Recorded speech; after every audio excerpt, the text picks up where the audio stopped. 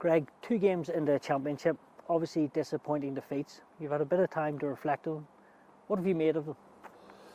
Yeah, the time is important. I think, like anything, it's lovely to step out and look back in and review your process as a coaching group and as a player group. At the end of the day, we felt that the first 2 games were tough. They were hard for us. But it's not about making excuses. It's about working hard to find solutions, and we have a group of players that are committed to the challenge and are enjoying it. And I think that's the most important thing, is we continue to put faith in these players and give them the opportunity to put a best foot forward, and that's what we're hoping to see this week against Italy. And going into the championship, did you believe it would be as hard as it's maybe turning out to be? You know, I mean, when I started just over a year ago at the RFU, you always knew you were coming into a tough challenge. They essentially had failed to get out of their group in the Rugby World Cup in 2017. They failed to qualify for the Rugby World Cup in 2021.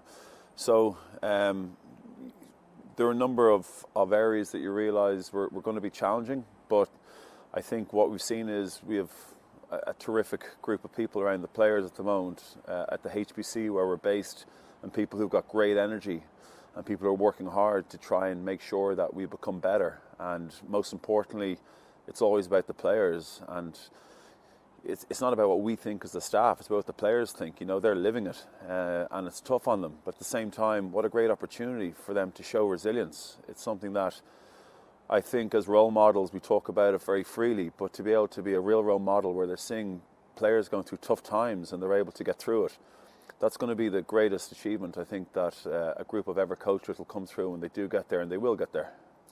You seem very confident they will get there, but if we talk about the terrific group of players, none other than your captain, how difficult is it you as a coach to see her get emotional like that interview after the French game? And what have you done since then to speak to her, or how have you dealt with that situation yourself? She certainly wasn't the only one. She was the only one who was interviewed. I think if you're in the group afterwards, there's a lot of people who care deeply about this, that are trying their best. They're proud people. They want to achieve success for Ireland. There's no doubt that there's frustration because they want to be performing better and winning games. I think with Nichola, she just optimised and epitomised, I suppose would be the better word, what the whole group was feeling. And they're putting in a great effort. And at the moment, they're finding their feet and finding their way. But again, they made strides into the French game. We saw that. And it's hard to comprehend that when you see the scoreline. But you have to be process driven. You have to always separate the emotion and the process, and you've got to put all your energy into the process and make sure that you're doing the detail that's needed to improve your team performance. And I think, as I said to you, like what you saw in Nicola's face is a captain of a group who deeply care, and they want to win and they want to do better for Ireland, and it's hard at the moment for them. You say it's hard at the moment. How concerned, if at any, are you the gap is widening between Ireland and the rest? I don't believe it's widening. I believe, I'm not concerned. I think if you look at a group that failed to qualify for a World Cup versus 5 other teams, the 6 nations that went to the World Cup, the prep time that each of those nations would have got before that World Cup is incredibly valuable. And then to go into the cauldron of a World Cup where they've got to perform, and I mean, you can't underestimate the value of that. From being with an Irish women's side before in 2010 and 14 that went to the World Cup, trust me, they're like massive growth spurts, and we didn't get that. And there's no doubt that if you look now at the domestic game in Ireland, it's growing. If you look at the 18s, I was over at the 18s last Friday with John McKee, and to watch them play the way they did, and to see them battle to a really impressive win against Scotland on Tuesday, and to be competitive against England. There's good players coming through, and there's good coaches who are working with those players. It's about aligning the pathway. So I'm not concerned. There's a plan that we have, and you're hoping that you're seeing those incremental changes. And as long as we see that, I believe the performances and the results will follow. Do you notice a big difference when Nichola comes back in, Niamh Jones, Sam Mullen coming back from the AP15s? What is the solution, do you think, long term? Do you keep believing in the Irish system to get better and better? Yeah, of course. There's been a massive investment from the RFU into the Irish system. I mean, people constantly talk about what happened 3-4 years ago, 5 years ago. That's no concern of ours. The only thing that we can work on is what happens next. And We've got a group of players that believe in the plan. We've got investment from the RFU that is really, really impressive. And we need to just work hard and be hard on ourselves and understand that there's standards that we as a group want to achieve. And our goal is to achieve those standards. You know, we want to be up there competing with the best in the world, and we've got to work hard. We've got to roll the sleeves up and show that resilience and the guts that people talk about so often in sports. Now's a time where you're seeing it. You're seeing a group of young athletes who are finding their way, and they need to dig into the well, and they need to also enjoy it. So you want to get them to enjoy the tough times, because that's real life. And I always say rugby is an engine and a vehicle for what you can do, and it's very special. Talk about digging into the well. It probably starts on Saturday against Italy. What gives you the confidence that Ireland can go and beat this team? Firstly, we are playing against the 5th best side in the world. And again, that's a good challenge for us, because we've got a chance to, you know, show how much we've improved from the French game, even in a short space of time. You know, we gave them a week off, but it wasn't really a week off. They had the GPS units with them. They had a gym program that they needed to adhere to. They had certain runs they had to do. They were training with their clubs, not doing contact, but making sure they're getting enough reps around the skill development. And then they come in on Sunday, and, you know, the first 3 days of this week, there's been really good detail led by the players. There's been a good understanding of what we need to do to improve our performance. And we're seeing that just build. You know, it does take time. And again, you only focus on making sure that every bit of process that you're working on is improving. You don't look at the overall result. That will be a product of whether we get our detail right. And, you know, I can't but praise Nichola, the leadership group and the players for the energy they're putting into this. They're showing resolve and they're showing resilience. And I think of everything, that's what the Irish people should be proudest about, is we've got a group of players whose backs are to the wall, but they're fighting to turn this around. And as a head coach and as a coaching group, to be around that is inspirational, and it makes you want to get up and go again. It's great to hear. If we look at the Irish game plan, likes of Dan O'Brien coming through with their kicks in behind, what do we expect to see from this team against Italy, game plan wise? Yeah, I mean, look, as a coach, you always have a philosophy that you know, when you profile your players and you see how fit for purpose they are, you try and come up with a plan that suits the players always, so it differs. And we have a plan that we believe is going to be a really effective plan with this group.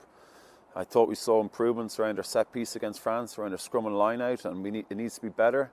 We saw improvements in certain parts of our attack, but also, like, the most important thing you can do in a contact game is win that corridor of power. And we're playing against big bodies, and our job is to make sure that we can find a way of containing that and being physically strong around the gain line and making sure that we can get a bit more pace in our attack.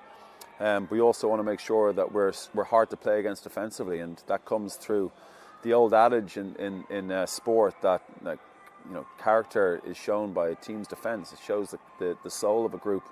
So we want to see that come out on Saturday, that we're a good defensive side and that we're working hard for each other. And we see those incremental improvements in how we're attacking and in our set piece.